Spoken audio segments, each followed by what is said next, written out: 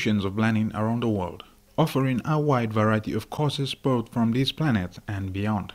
In most developed countries, universities get funding to the tune of hundreds of millions of dollars from the state. That is apart from private funding from donors and multi-million-dollar corporations for research purposes. According to the outgoing Vice-Chancellor of the University of Papua New Guinea, Professor Albert Melam, the current funding UPNG receives from the government, which was 47 million kina this year, is enough for one department or school only within the university. He made a comparison to universities in Australia and the region based on his experience. We asked for 250 million. That covers the different cluster of the budget that I alluded to. We only received 49 million kina. That's not even enough for the salary bill of this university. The salary bill is 52 million. So this university has been operating on deficit financing before my time, during my time, and if things don't change, it will continue. Since becoming the head of UPNG in 2013, Professor Melam made a budget modeling and estimate and presented an annual budget requirement of 350 million kina to the government. Sadly, over the past 4 years, these requests have never been honored, probably due to the financial capabilities or status of the country.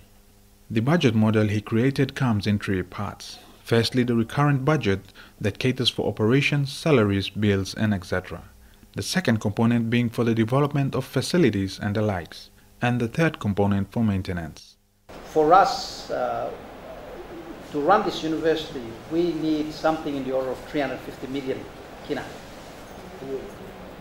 We've done the modeling, and that 350 million kina consists of the recurrent meaning money to fund salaries and the operations of the university, electricity, water, investment on the academic programs, research activities of the university. The second strand is development, which consists of doing what you're witnessing that's being funded by the Australian government, as I've made reference to, infrastructure development, some maintenance, provision in the budget, and the third strand is the maintenance. Sorry, the third strand in the budget is the maintenance. So all in all, we put those together. You're looking at just a little under 350 million. I know that for a fact because that's the budget I brought to government when I became the Vice Chancellor in 2013. Despite these shortfalls, Professor Melam and his management team have made some inroads over the 4 years he has been Vice Chancellor. UPNG was heavily in debt and was basically struggling with their heads just above water.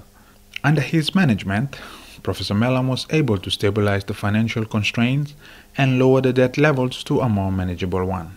A member of the UPNG Council, Dr. Nicholas Mann, spoke highly of the professor.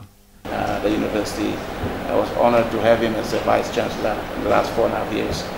The Council was very pleased, saddened in a way, but pleased that the work that Professor Albert Melam has done as a Vice Chancellor, what would have taken 15 years, he has done it in 4 years. And from where I'm sitting, I perceive that the mess that the university was in would take 15 years for him to clean up that mess. And I alluded to him when he was first appointed, I want you to be with me for 15 years.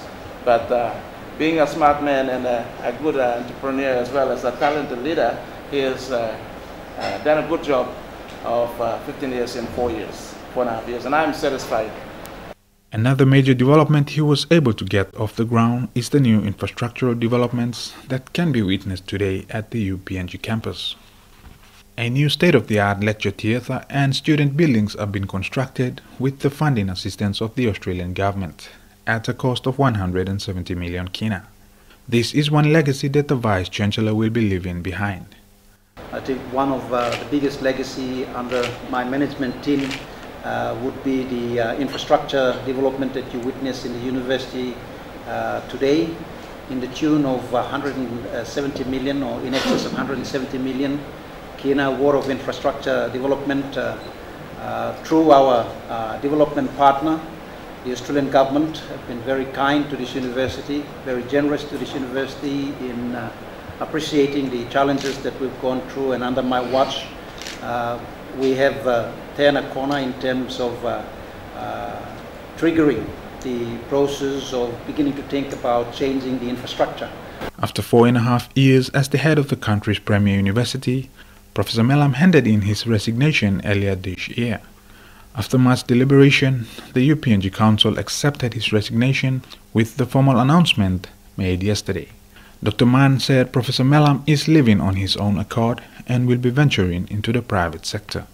The outgoing VC has been with UPNG since 1987, beginning as a tutor after graduating and working his way up the academic ladder right to the top.